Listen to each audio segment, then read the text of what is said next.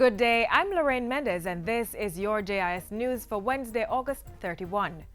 Government is exploring the installation of a closed-circuit television CCTV system that links the Halfway Tree Transport Center with various high schools in the corporate area. Education Minister Senator Ruel Reid says his ministry and the Jamaica Constabulary Force are looking at how to make this a reality. The goal is to provide a safer environment for students and dissuade them from loitering.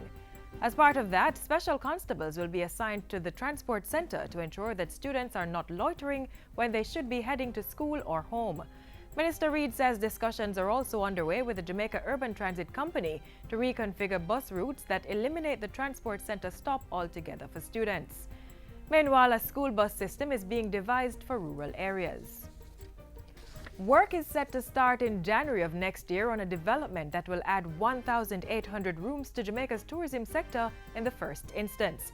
Charisma Hotels and Resorts had previously announced plans to build 10 hotels over 10 years with a total of 5,000 rooms. The $900 million development, which is earmarked for Landover St. Anne, is expected to create direct employment for 10,000 Jamaicans. In a recent meeting with Tourism Minister Edmund Bartlett, the developers revealed that they expect to break ground for the first 3 hotels in January and begin construction by March. Charisma's Executive Chief of Sales and Marketing says applications for the required permits are now being processed by the relevant authorities. The investment is the first project under the Tourism Ministry's Shovel Ready program, which pre-packages a number of investment offerings. As he welcomed the news that Charisma was ready to get its project off the ground, Minister Bartlett indicated that several other announcements would be made in a few weeks regarding other investments for the sector. In the meantime, the Tourism Minister is now in Canada, where he's meeting with key tourism partners. Minister Bartlett is also participating in a series of crucial discussions on strategies to address what he says has been a noticeable decline in visitors out of the North American country since 2015.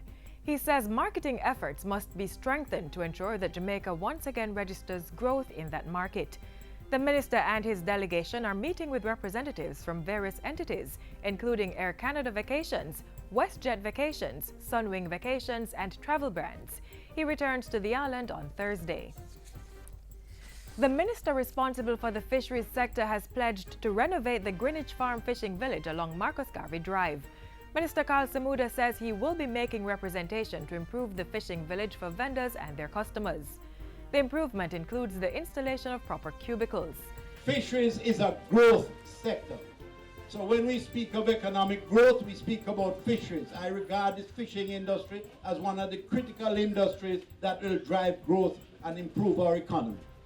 Minister Samuda was speaking at a wellness fair organized by the JCF's Community Safety and Security Branch and members of the Greenwich Farm Beach Watch Group.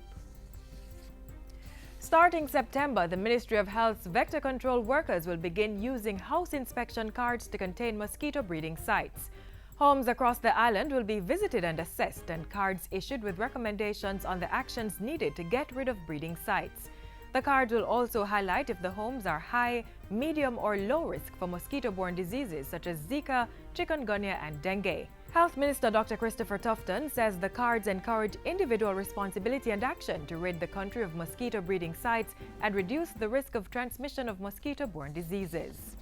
And finally, government has given the Jamaica Chess Federation a special contribution of $2 million to support their participation in the 2016 Chess Olympiad, which begins tomorrow in Baku, Azerbaijan. Sport Minister Olivia Grange presented the delegation with the donation last Thursday, ahead of the team's departure on Monday.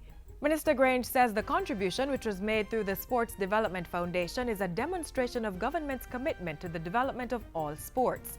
In that vein, she says her ministry will be exploring possibilities for partnership to expand the chess program in schools and communities across the island. And that's it for JIS News Today. I'm Lorraine Mendez. Thanks for watching.